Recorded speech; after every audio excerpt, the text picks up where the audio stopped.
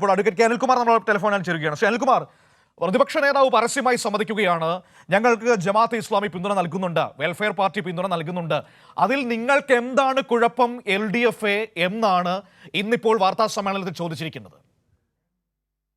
രാഷ്ട്രീയം കൈകാര്യം ചെയ്യുന്ന BJP-യെ ചെറുക്കുന്നതിന് മതരാഷ്ട്രീയം കൈകാര്യം ചെയ്യുന്ന ജമാഅത്തെ ഇസ്ലാമിയുടെ കൂട്ട് സഹായിക്കുമോ എന്നുള്ള ചോദ്യമാണ് പ്രധാനമായി ഇരുന്നത്. ഈ ചോദ്യം നെഹ്റു ഉയർത്തിയതാണ്. ബാബറി മസ്ജിദിന്റെ ഉള്ളിലേക്ക് ഒരു രാമവിഗ്രഹം ഒളിച്ചു കടത്തിയ രാത്രിയിൽ ഗോവിന്ദ വല്ലഭ പന്ത് എന്ന് പറയുന്ന UP മുഖ്യമന്ത്രിക്ക് കത്തെഴുതിക്കൊണ്ട് നെഹ്റു ചോദിച്ച ചോദ്യമാണ്, നിങ്ങൾ ഈ മതരാഷ്ട്രീയം എവിടേക്കാണ് രാജ്യത്തെ കൊണ്ടുപോകുന്നത്? ഞാൻ അറിയുന്ന UP എനിക്ക് അപരിചിതമായിരിക്കുന്നു, നെഹ്റു പറഞ്ഞു.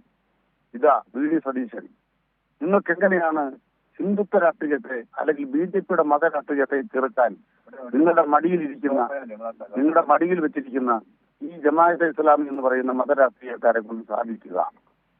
അതുകൊണ്ട് അവിടെ ശ്രീ അനിൽകുമാർ, അവിടെ പ്രതിപക്ഷ നേതാവിന്റെ വിശദീകരണം എന്താണെന്ന് താങ്കൾക്ക് അറിയാമോ? പ്രതിപക്ഷ നേതാവ് അവിടെ വിശദീകരിക്കുന്നത്, ഈ ജമാഅത്തെ ഇസ്ലാമിക്കൊന്നും പഴയ പോലുള്ള മതരാഷ്ട്രവാദം അവർ ഇപ്പോൾ ഉന്നയിക്കാറില്ല, അവർ ആ നിലപാടിൽ നിന്ന് പിന്നോക്കം പോയിരിക്കുന്നു എന്ന വിചിത്ര ന്യായമാണ് പറഞ്ഞു വെക്കുന്നത്. അങ്ങനെയാണെങ്കിൽ ജമാഅത്തെ ഇസ്ലാമി പേര് മാറ്റട്ടെ, മതോദ്ദേശം എന്ന് പറയുന്ന അവരുടെ രാഷ്ട്രീയം മാറ്റിവെക്കട്ടെ, പ്രബോധനം എന്ന് പറയുന്ന അവരുടെ മാധ്യമം അച്ചടിച്ചു വിടുന്ന കാര്യങ്ങൾ മാറ്റിവെക്കട്ടെ. എത്രയും നികൃഷ്ടമായ തരത്തിലാണ് അവരുടെ മാധ്യമങ്ങൾ പ്രചരണം നടത്തിക്കൊണ്ടിരിക്കുന്നത്. ഇവിടെ ഒരു രാഷ്ട്രീയ ഇസ്ലാമിന്റെ അടിസ്ഥാനത്തിൽ രാഷ്ട്രീയമായി ഒരു മതസ്വത്വം ഉപയോഗപ്പെടുത്തി ഇന്ത്യയിൽ രാഷ്ട്രീയം കളിക്കാനാണ് ജമാഅത്തെ ഇസ്ലാമി പരിശ്രമിക്കുന്നത്. അതിനവർക്ക് BJP-യുമായി കൂട്ടുകൂടാൻ ഒരു മടിയുമില്ല.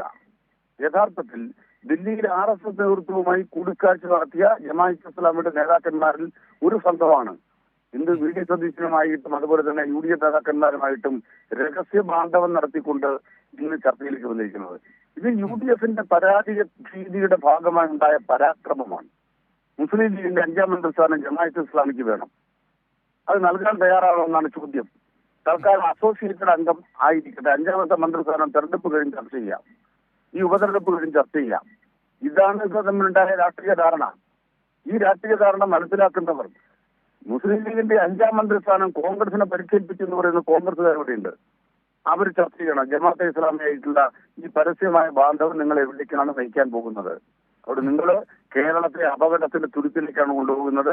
BJP-യെ ശക്തിപ്പെടുത്താൻ, BJP രാഷ്ട്രീയത്തെ ശക്തിപ്പെടുത്താൻ അടിപ്പ് വെക്കുന്ന ചരിത്രപരമായ ഏറ്റവും നീചമായ മതനിരപേക്ഷതയ്ക്കെതിരായ കടന്നാക്രമണമാണ് VD സതീശനും സംഘവും നടത്തിക്കൊണ്ടിരിക്കുന്നത്. ബാബറി മസ്ജിദ് തകർക്കപ്പെട്ടതുപോലെ ഇവിടെ ഉണ്ടായിട്ടുള്ള ഗുജറാത്ത് വംശഹത്യ പോലെ സംഘപരിവാർ നടപ്പാക്കിക്കൊണ്ടിരിക്കുന്ന മതവിദ്വേഷപരമായ രാഷ്ട്രീയത്തിന് അടിവെപ്പ് വെക്കുകയാണ് ജമാഅത്തെ ഇസ്ലാമിയെ പിന്തുണയ്ക്കുന്നതിലൂടെ, ജമാഅത്തെ ഇസ്ലാമിയുടെ പിന്തുണ സ്വീകരിക്കുന്നതിലൂടെ നമ്മുടെ നാട്ടിൽ ഇവർ ചെയ്തുകൊണ്ടിരിക്കുന്നത് എന്നുള്ളതാണ് യാഥാർത്ഥ്യം. ശരി, okay, thank you Shri Anilkumar നമ്മളോട് സംസാരിച്ചതിന്.